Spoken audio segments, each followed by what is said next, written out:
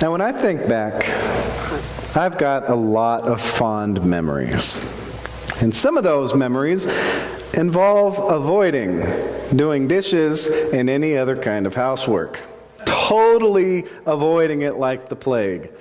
Like I would break out into hives or something if I were to engage. My mom even tried teaching me and my brother how to cook, and we'd each have a night of the week that we would cook the meal and she'd help us. But we would consistently make it such a pain in the neck for her to work with us that she just gave up and did it herself. When it was time for stuff like dishes or whatever else to be done, I would sneak off and hide in my room, hoping not to be found. No, in my mind, that stuff was none of my concern. This was my parents' work, not mine. Unless I was really being forced to do it, that is. I would hide out, and if that didn't work, I would whine and complain, trying my best to weasel out of it. Now these days, I get what's owed to me. Having a teenager in the house, she does the exact same thing. In her mind, that stuff has nothing to do with her. It's absolutely none of her concern. She's even more drastic in her efforts to get out of it, though. So much that when we call out to her, obviously wanting her to come and do something, she might literally, run away back to her room and get out of sight. Oh, and the whining and complaining. I thought I was good at it. This one really knows how to pull out all the stops to aggravate you enough that you'd rather just do it yourself. Although knowing where she's coming from, I don't let her off quite as easy as my mom let me and my brother off. I like to pick and prod at her until she gets aggravated enough to actually do it. Which is my own little form of entertainment, I guess.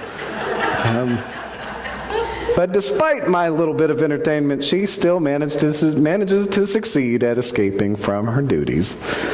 And that mentality, it's none of my concern. It's not easy to break through. We've got a very brief moment of that here in the wedding at Cana passage this morning. From Jesus, nonetheless. Although he breaks through it without missing a beat.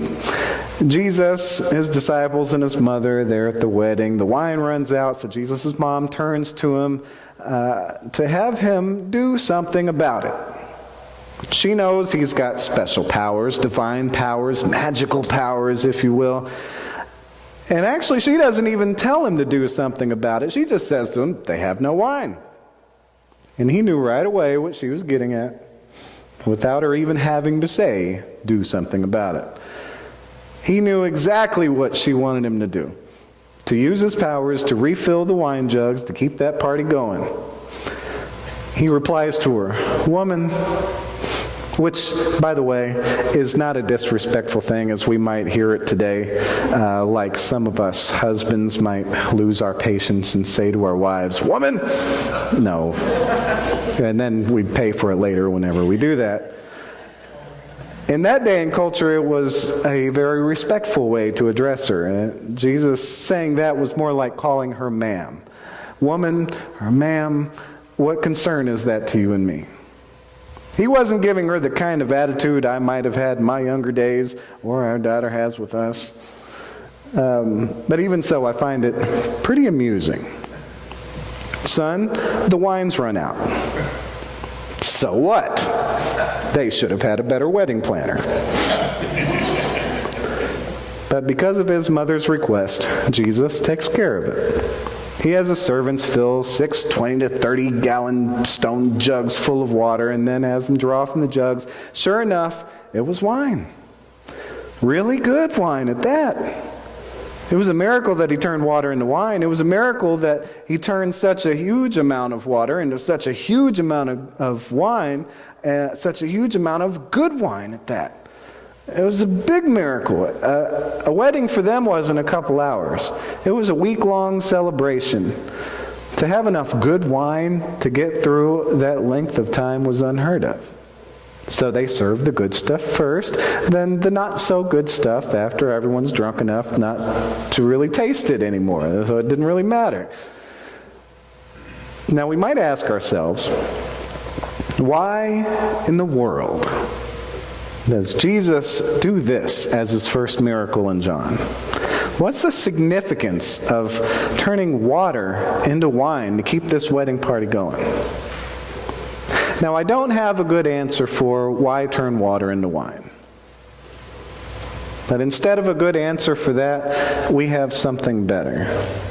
One commentator suggested that I think is right on point, that there's a good reason that these miracles in John are not called miracles, which you may have noticed. It should catch our attention that they are called signs instead. In that the miracle itself isn't really what we're supposed to be looking at, but what's beyond it.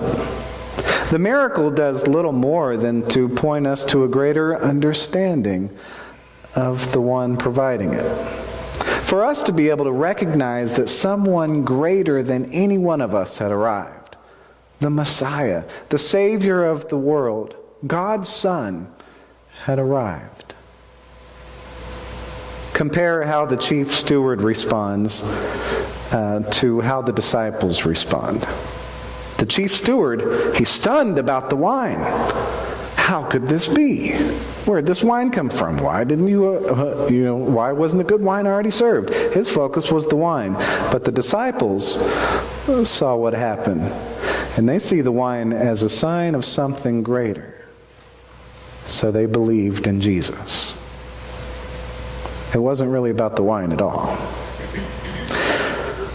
And a somewhat cryptic statement that Jesus makes should also catch our attention, which John mentioned in the children's moment. It caught his attention. When he first resisted taking action about the wine, it was, as he said, because his hour had not yet come. He wasn't concerned about providing a sign at that time because the ultimate sign of who he was would happen later at the cross.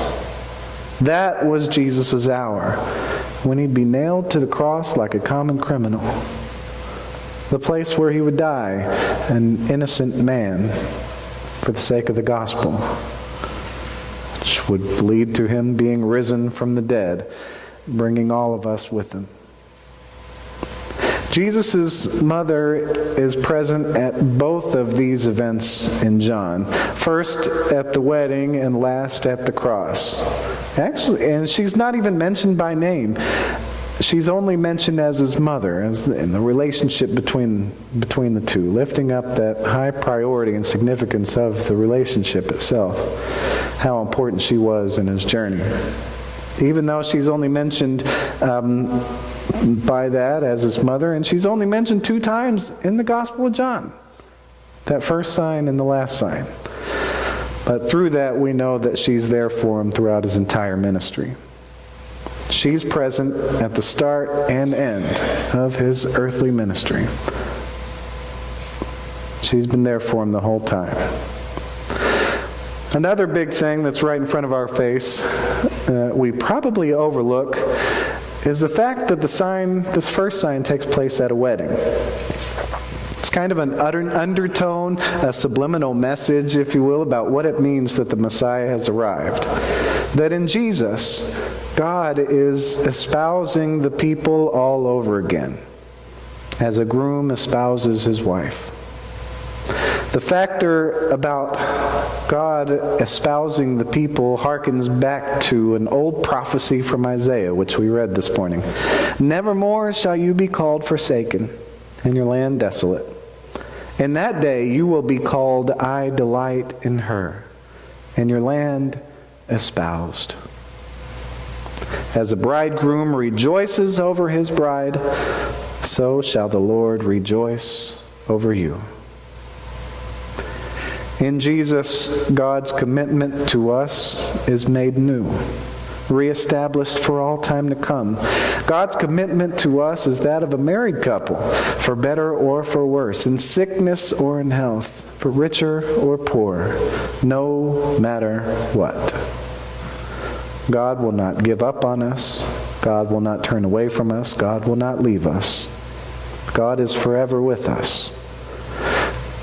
The setting of Jesus' first sign, being at a wedding, beckons us to recall God's promise as it was given through the prophet Isaiah.